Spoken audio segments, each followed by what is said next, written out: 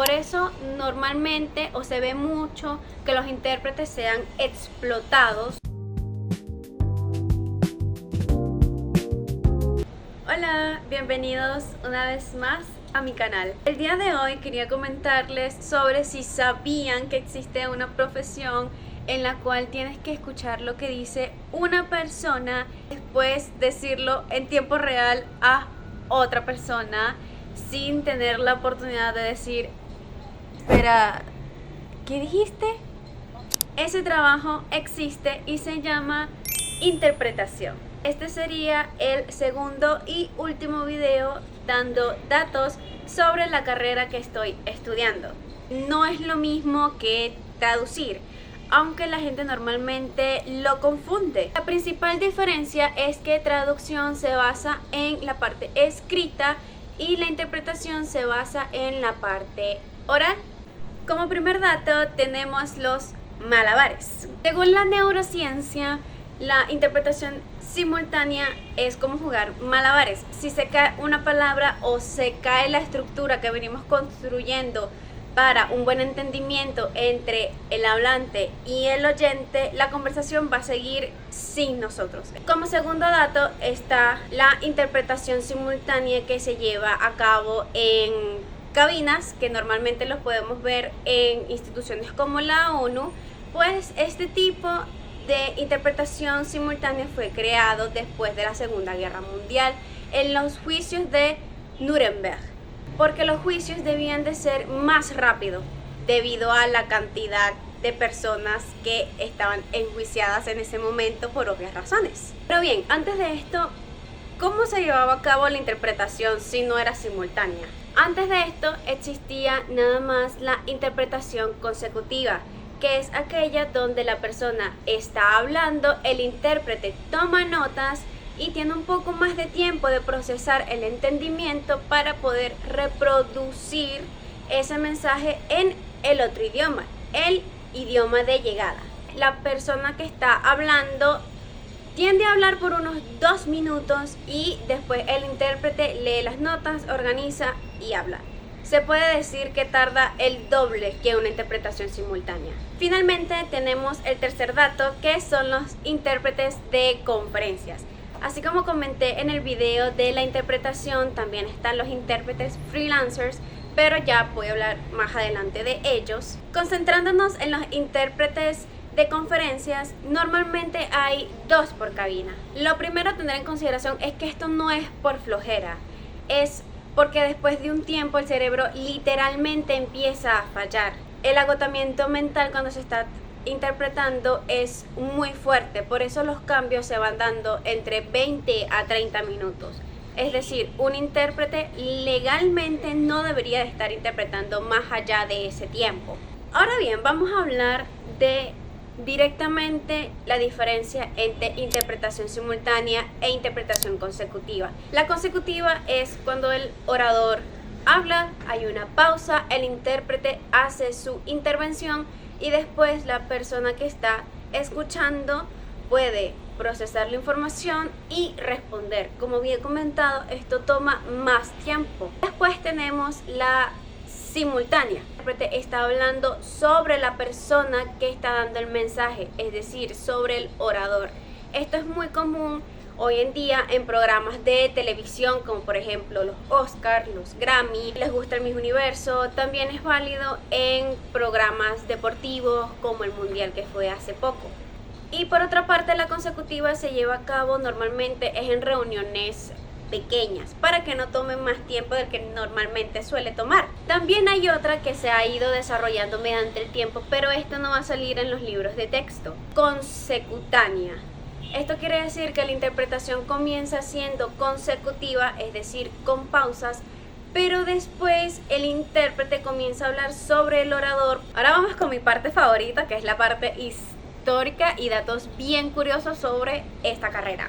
El momento número 1, que ya lo comenté, fueron los juicios de Nuremberg en 1945, luego de la Segunda Guerra Mundial. Se necesitaba traducir entre el inglés, francés, alemán, ruso, etcétera, para poder aligerar los juicios.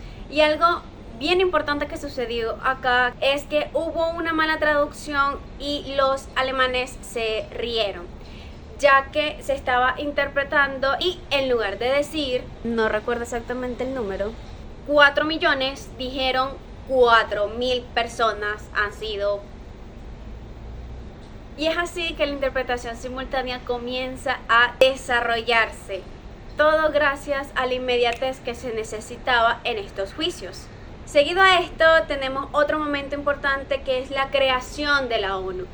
Al ser una institución, realmente una organización donde tienen que congeniar muchos países con distintos idiomas, los intérpretes son imprescindibles. Por último tenemos el momento número 2, que es la crisis de los misiles. La Guerra Fría también forma parte de esto. También lo mencioné en la parte de traducción, pero aquí los intérpretes también jugaron un rol muy importante, ya que estamos hablando de la Unión Soviética y los Estados Unidos. Obviamente los estadounidenses no hablaban ruso y los rusos no hablaban inglés. Esto también de la mano porque tenían ideologías totalmente opuestas y aprender el idioma del otro era en medida para ellos apoyar la idea política de su adversario. Tengan en cuenta la magnitud. Una palabra mal interpretada pudo haber creado un malentendido entre ellos y así desencadenar la guerra de los misiles con Cuba y una posible guerra mundial. La última parte del video, que son las curiosidades de esto. ¿Sabían ustedes que existe un síndrome que se llama síndrome de cabina? Les juro que no me lo estoy inventando. Después de sesiones largas de interpretación, los intérpretes no pueden apagar su cerebro. Lo quieren hacer, pero su subconsciente sigue trabajando. Esto también le sucede a los traductores, que no pueden evitar ir caminando por la vida e ir traduciendo todo lo que ven. Acá tenemos otro tema que toqué en el video de traducción, que son los chistes o los juegos de palabra. Muchas veces, y lo digo porque lo he visto, he llegado a conferencias donde el intérprete dice: el hablante dijo un chiste, rían, porque no hay equivalencia en la lengua de llegada, no va a tener el mismo impacto el chiste. Entonces los intérpretes optan por esta solución, que también es válida. Tenemos la curiosidad número 3, que es la voz neutra o voz de cabina. Normalmente los intérpretes desarrollan este tipo de voz para que lo que es el acento no interfiera en el entendimiento de su interpretación. Se adhiere fácilmente a el día a día. En mi caso, yo suelo utilizar una voz neutra porque ya la tengo algo desarrollada por mi trabajo de ser profesora. Trato de alejar un poco lo que yo pueda consumir en cierto acento para que mis estudiantes no lo adopten directamente, sino de manera neutra, y que ellos le vayan poniendo el acento que se les haga un poco más sencillo. Por último tenemos la interpretación a señas. Puedo ver un video que era bastante particular y habían muchos malabares allí. Les voy a plantear la situación del video que yo vi. Era un juicio y una persona estaba hablando el lenguaje de señas en inglés. El acusado estaba esperando que el intérprete transmitiera el mensaje. ¿Y cómo lo hacía el intérprete? Pasaba el lenguaje de señas del inglés al lenguaje de señas del español para que un intérprete de lenguaje de señas y que supiera español se lo dijera al acusado. Es decir, habían dos intérpretes, uno para pasar el lenguaje de señas del inglés al lenguaje de señas del español y uno que pasaba el lenguaje de señas del español directamente al español para que el acusado pudiese entender. Es una interpretación simultánea, pero con todo el cuerpo trabajando como un micrófono. Para cerrar el video les voy a dar ciertos tips que a mí me han ayudado y he tenido que ir desarrollando con el pasar del tiempo. Esto ha sido dado por mis profesores o bien yo investigando por internet. El tip número 1 es desarrollar la memoria activa a corto plazo. Tener memoria a largo plazo no es el pilar más importante, ni tampoco la memoria fotográfica. Es muy importante no confundir esta memoria activa con memoria del loro. No se trata de memorizar palabra por palabra, sino de retener las ideas completas, ya que nosotros, como en traducción, no vamos a interpretar palabra por palabra, no, vamos a transmitir la idea completa en conjunto. Una buena manera es practicando resumiendo audios en tu propio idioma. Es algo que requiere mucha práctica, porque como ya les dije, se trata de hacer malabares con el cerebro utilizando las palabras. Número 2, acepta que vas a sonar tonto practicando. Vas a estar repitiendo y repitiendo, vas a trabarte, vas a decir cosas incoherentes, vas a mezclar tiempos verbales, en lugar de decir una palabra que esté más relacionada al tema, vas a decir otra y después te vas a dar cuenta de que, ok, no es la misma intensidad una con la otra. Pude haber dicho mejor la que había pensado. Esto también está relacionado al síndrome del impostor, del cual hablé en el video de traducción. Pero hay que tener en cuenta que esta carrera se construye en la incomodidad. Hablar frente a personas en voz alta y con la incomodidad presente y el miedo de que te puedes llegar a equivocar. Así como en español, nosotros hablamos, echamos para atrás, después seguimos, cambiamos de idea. Esto se ve mucho.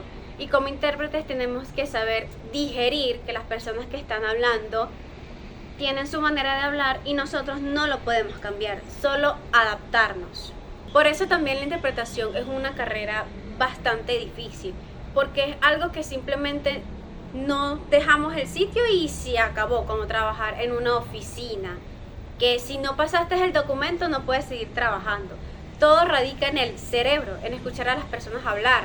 Si escuchamos una canción en inglés, quizá queremos interpretarla al unísono para decir, ok, voy a practicar un poco más y voy a aprovechar el tiempo. Especializarse. Un intérprete que domina la terminología médica vale oro en un hospital. Sin embargo, un intérprete genérico tiene que competir contra 500 intérpretes genéricos más.